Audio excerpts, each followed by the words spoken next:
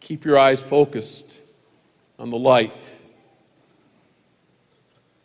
Yea, though I walk through the valley of the shadow of death, thou art with me, my Savior God, the God who has the strength to raise himself up is the God who has the strength to help us through whatever dark valley we're in, including raising us up just as he raised himself.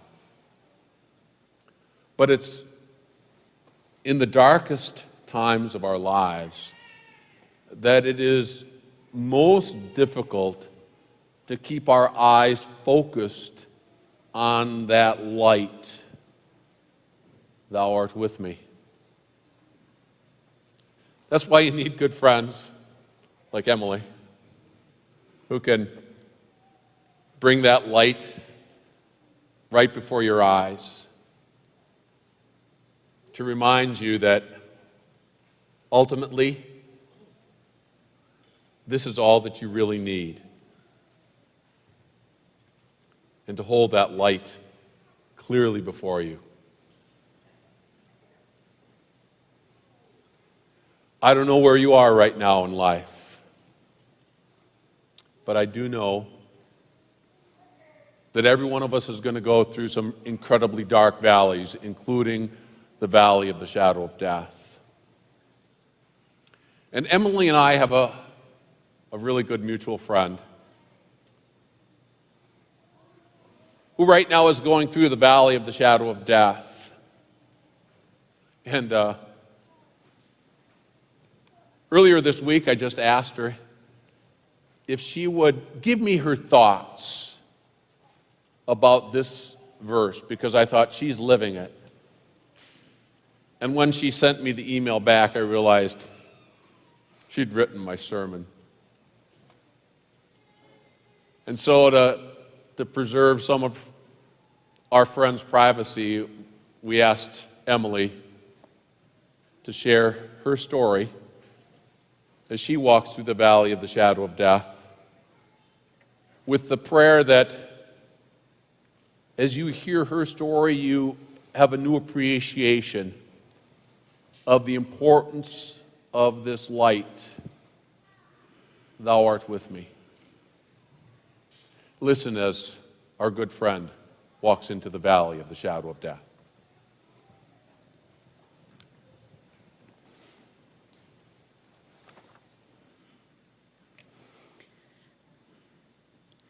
A concerning event occurs within your body.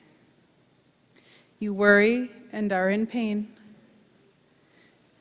You seek medical attention, and one thing leads to another.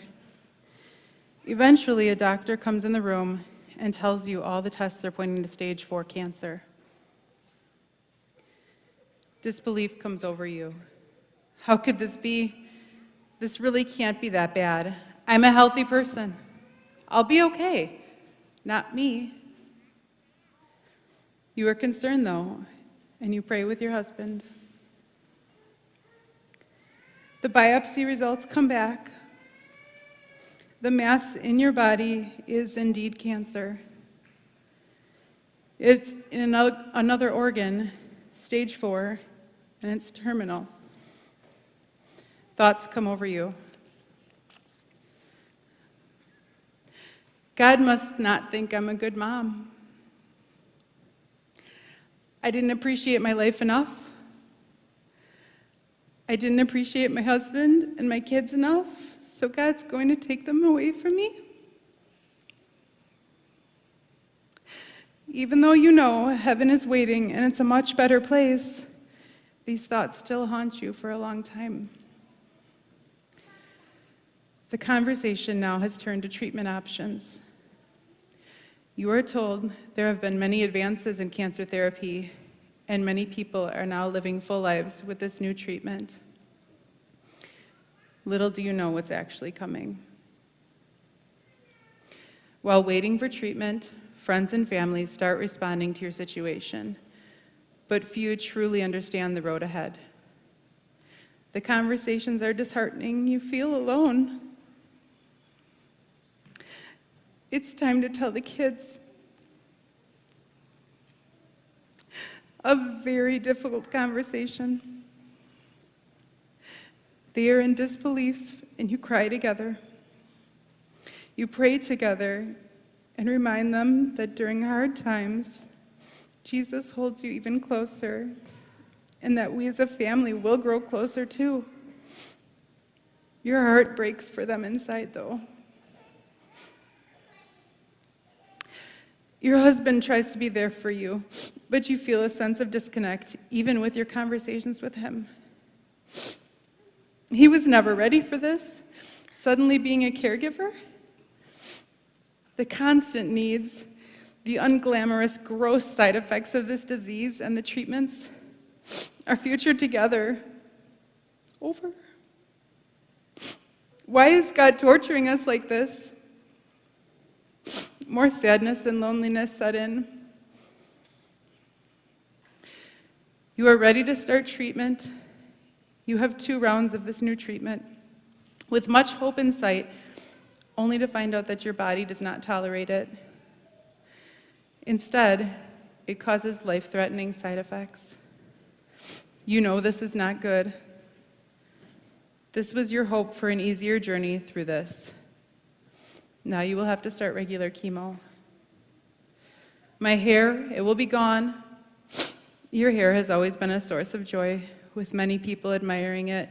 You feel a sense that part of your identity will be gone. Why is God taking this from me? A new treatment has started. You start to lose your hair. You pray hard every day and put full trust in your Savior, but the treatment stops working after 4 rounds. The tumors are getting bigger and spreading. Another treatment has started. 4 rounds later, more bad news. It's not working anymore. You have little energy. You've lost a lot of weight. None of your clothes fit you anymore. Another source of sadness for you. You value your clothes. Fashion is your passion. Now God is taking this away too. You feel it's time to start letting close family know your wishes for after you're gone. Please watch over our kids. You ask your sister. Please be their second mom, especially for special occasions. Please check in with my husband regularly. Offer him support and encouragement. There are more thoughts that will come in the future, I'm sure, but this is enough for now. It's very heavy. You have to quit your job that you love because you no longer have the energy and enough days where you feel halfway decent to do your work. You've given the best years of your life to the Lord, diligently working in your own small way to share the gospel. God is now taking that away from you too. Your heart breaks. 2 more treatment options. I'll stop working after a few rounds. You are told that you have the option to stop all treatments at this point and live out your life as long as you can. But you don't give up. You start a new round of therapy. There is no way you are giving up. This is my walk into the valley of the shadow of death.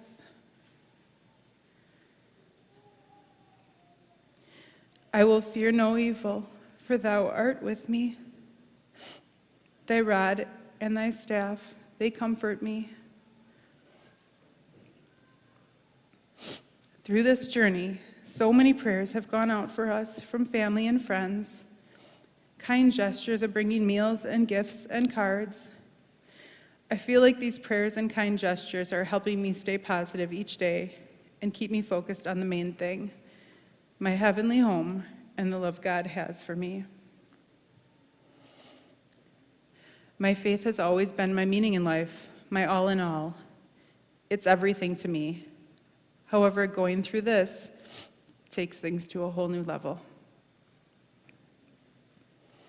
You know your true source of all hope and healing comes from God. He is in charge, period. Nothing else matters.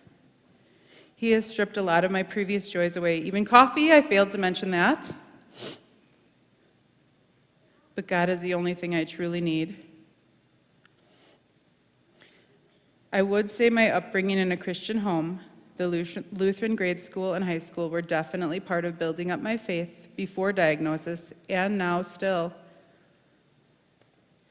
You start to think about what familiar passages really mean and search the Bible for answers. Does God really love me? Yes, He does. Am I really going to heaven? Yes, I am. That one haunted me for a while.